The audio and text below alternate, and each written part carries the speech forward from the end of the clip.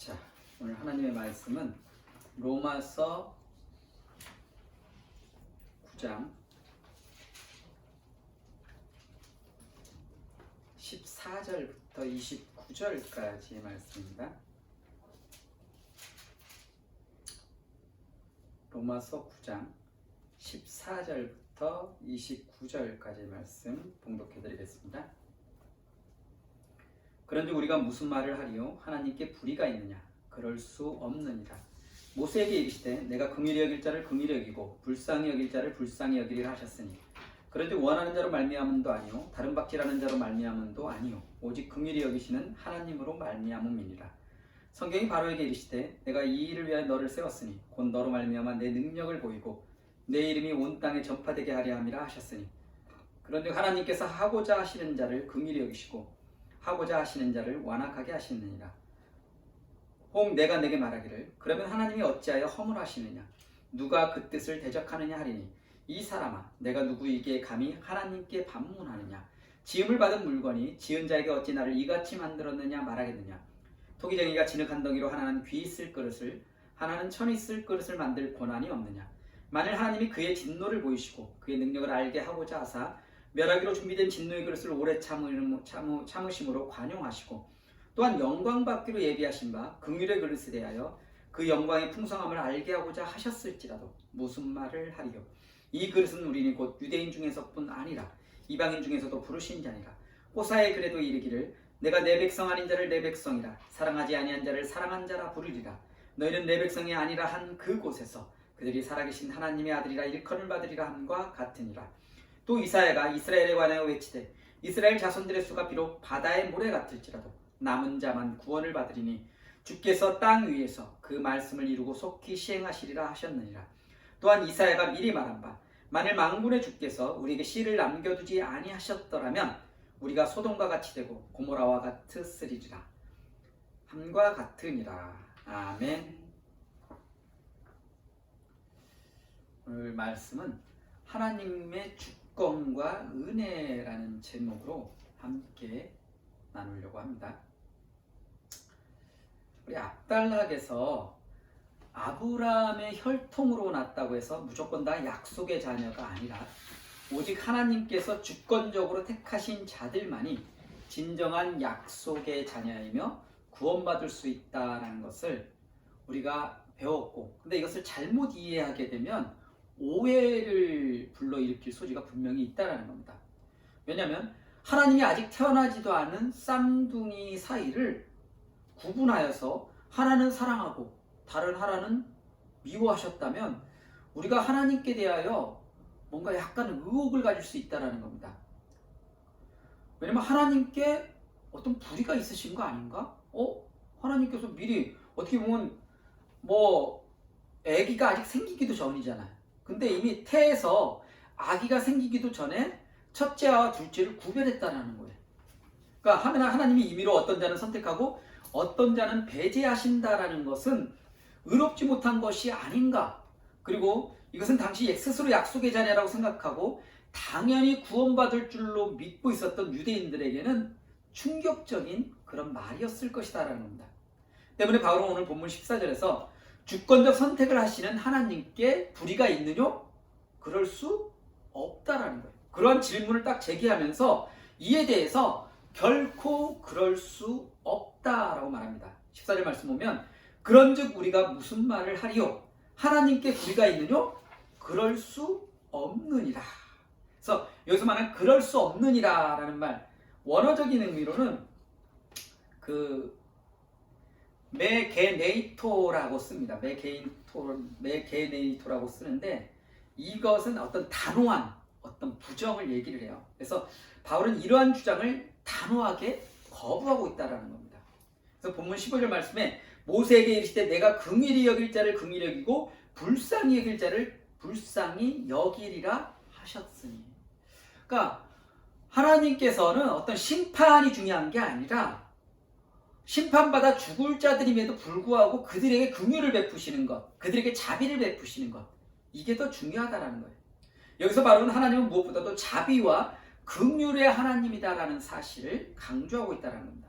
인간은 모두 죄인이며 그들은 어떠한 복도 기대할 수 없고 오직 무서운 심판만 기다리고 있을 뿐이다라는 거예요.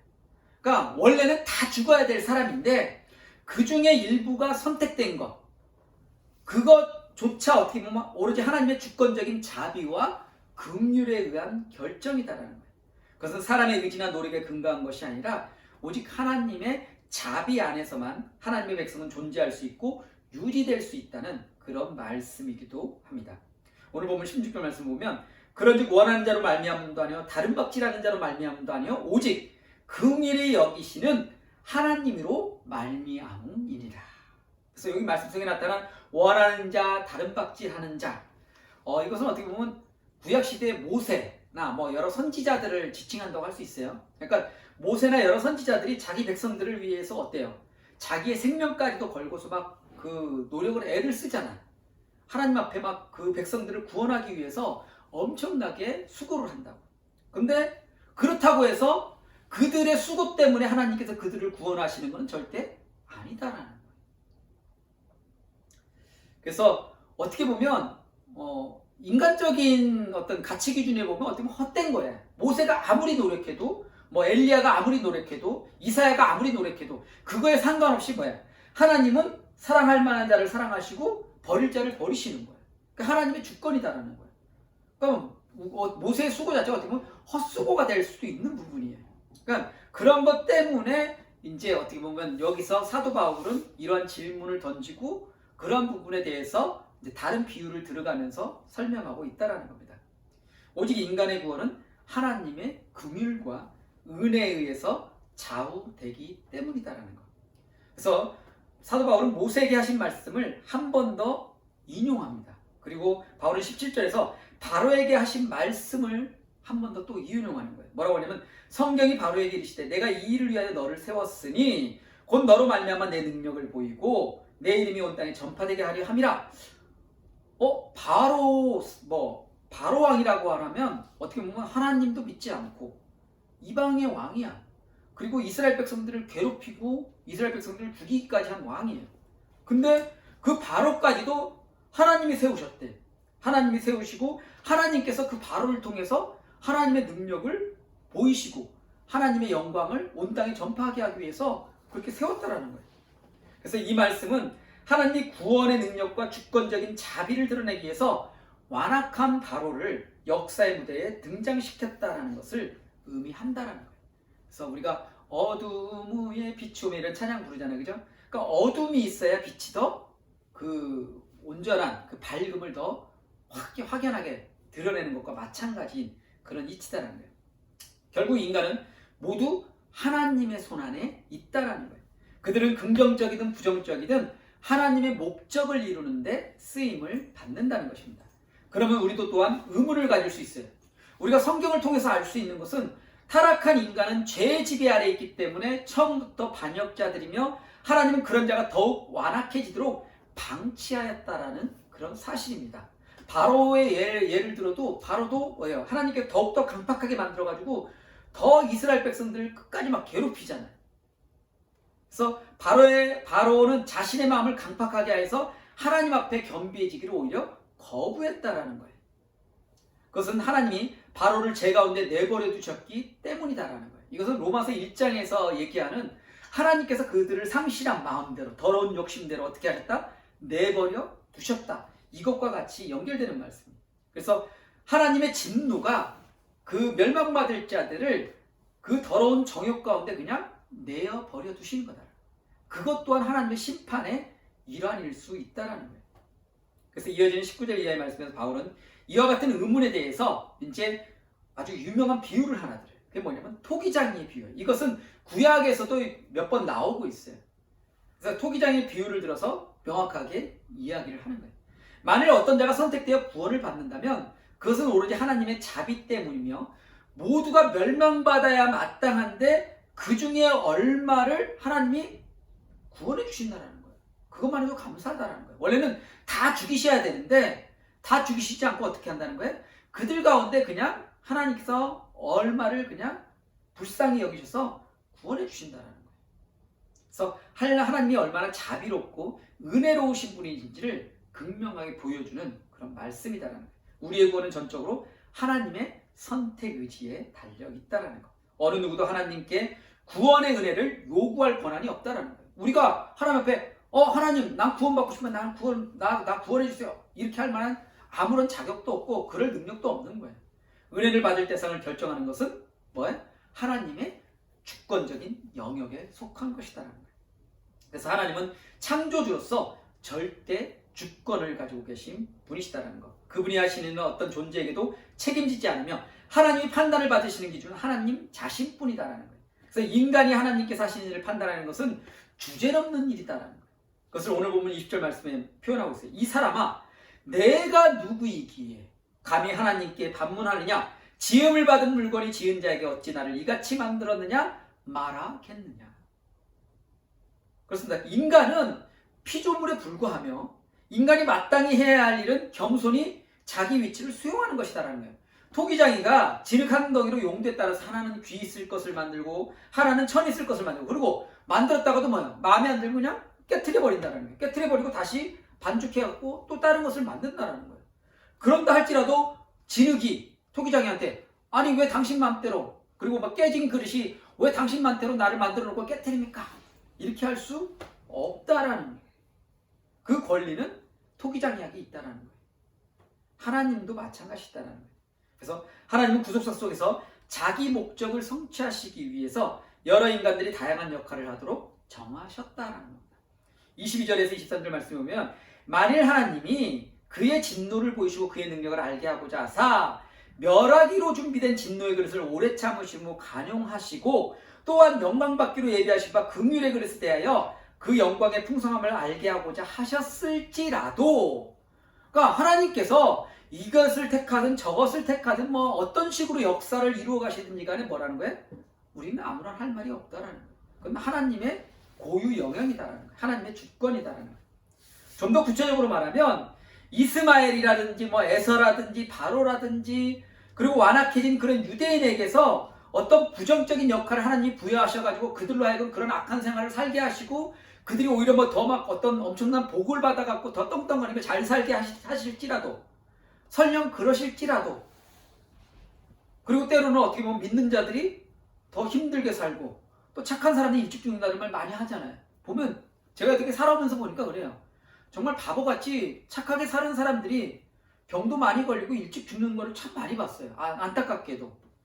그리고 오히려 악한 사람들은 더 많은 부를 가지고 떵떵거리면서 정치를 봐도 알잖아요. 그 많은 사람들이 그렇게 악하게 사는데도 당장 심판이 일어나지 않는 거예요. 그런데 그에 대해서 우리는 왈가불가할 수가 없다라는 거예요. 그래서 시편 기자도 보면 그런 의문을 갖고서 막 이렇게 하나님 앞에 어떻게 하소연하는 장면이 있어요. 그래서 아니 어떻게 해서 악인들이 더 이렇게 판을 치고 그들이 더 이렇게 잘 먹고 잘 삽니까? 막 하나님 앞에 따지는데 하나님께서 그 마음을 깨닫게 하시는 거예요. 그래서 그 하나님의 나라에 들어갈 때 비로소 그것을 알게 된다는 거예요. 우리가 하나님 앞에 서게 되면 왜 하나님께서 그리하셨는지를 우리는 알 수 있다는 거예요. 그래서 하나님이 그의 진노를 보이시고 그의 능력을 알게 하시길 원하사 멸망받게 되어 있는 진노의 그릇들에 대해서 오랫동안 참아주시고 또한 영광을 받도록 미리 예비된 자비의 그릇들에 대해서 그의 영광의 부요함을 알게 하고자 하셨을지라도 우리는 할 말이 없다라는 거예요. 그래서 바로 이 이야기에 나타난 것처럼 하나님은 자기에게 반역하는 자들을 오래 참으시는데 그것은 반역이 계속되고 강도가 더해감에 따라 하나님의 대응적인 능력이 더욱 영광스럽게 나타나기 위한 것이다라는 거예요. 그러나 하나님의 진노의 능력에 계시는 그 자체가 목적이 아니다라는 거예요. 제가 처음에도 얘기했지만 심판이 목적이 아니시다라는 거예요. 결국 그 진노가 목적이 아니시고 그 진노 가운데서도 뭐예요? 하나님의 자비와 긍휼하심. 그것이 목적이다라는 거예요.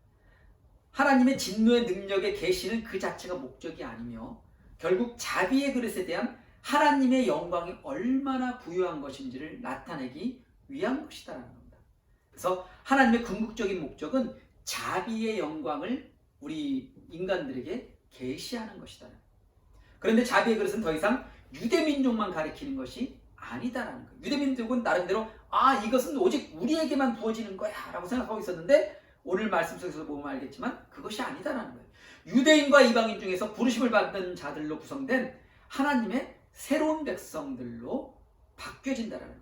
이방인이 새롭게 된 하나님의 백성에 포함된 것, 그것을 호세아서의 말씀을 인용해서 이야기를 하고 있어요. 호세아서에 인용한 말씀이 25절 26절 말씀인데, 내가 내 백성 아닌 자를 내 백성이라, 사랑하지 아니한 자를 사랑한 자라 부르리라. 그리고 또 이사야에 있는 말씀 갖고도 또 얘기를 하죠. 이스라엘의 묻자선의 수가 비록 바다의 모래 같을지라도 남은 자만 구원을 얻을 것이다. 그리고 오늘 9장 29절에도 만일 만군의 주께서 우리에게 씨를 남겨두지 아니하셨더라면 우리가 소돔과 같이 되고 고모라와 같았으리라. 어떻게 보면 이스라엘이 전멸을 면하고 남은 자가 구원을 받을 수 있었던 것, 그것 또한 하나님의 순수한 자비 때문이었다라는 거예요. 이것은 혹독한 심판 가운데서라도 이스라엘을 위한 구원이 확고한 자리를 지키고 있다는 것을 보여준다는 거예요. 그래서 구약의 여러 말씀들 통해서 우리가 알 수 있는 것은, 하나님은 물론 그 이스라엘 백성들이 죄를 범하였을 때 그들을 심판했지만, 그럼에도 불구하고 뭐예요? 하나님께서 그들 가운데 그 구루터기를 남겨두시고 그들 가운데 씨를 남겨두신다는 거예요. 그래서 그들을 통해서 새로운 구원의 역사를 이루어 가신다는 거예요. 사도 바울이 본문 29절 말씀에서 하나님의 심판을 받아 완전히 파멸하게 된 성읍인 소돔과 고모라를 비교의 대상으로 삼은 것도, 남은 자가 하나님의 철저한 멸망의 진노 가운데서도 보존된 존재라는 그런 사실을 강조하기 위한 그런 것임을 우리가 알 수 있다는 겁니다. 그리고 오늘 본문 27절에서는 많은 수의 이스라엘 백성 가운데서도 제한된 남은 자만 구원을 얻을 것이라는 것이 강조된 반면에서, 오늘 본절에서 이처럼 심각한 심판 가운데서라도 뭐예요? 그러니까 똑같은 말인데 어떻게 보면 이제 아다르고 어다르락 하잖아요. 어떻게 보면 막 하나님의 그 어떤 심판 가운데 남은 자만 구원을 얻을 것이다 이렇게 말하는데, 하나님께서 막 그 어떤 모든 악한 자들을 다 막 멸망시키는 가운데서도 하나님께서 그냥 긍휼히 여기시고 불쌍히 여기셔서 그들 가운데서 하나님께서 구원받을 자들을 하나님께서 정하신다, 이런 이야기예요. 그래서 그게 어떻게 보면 좀 더 우리에게 와 닿는다라는 거예요.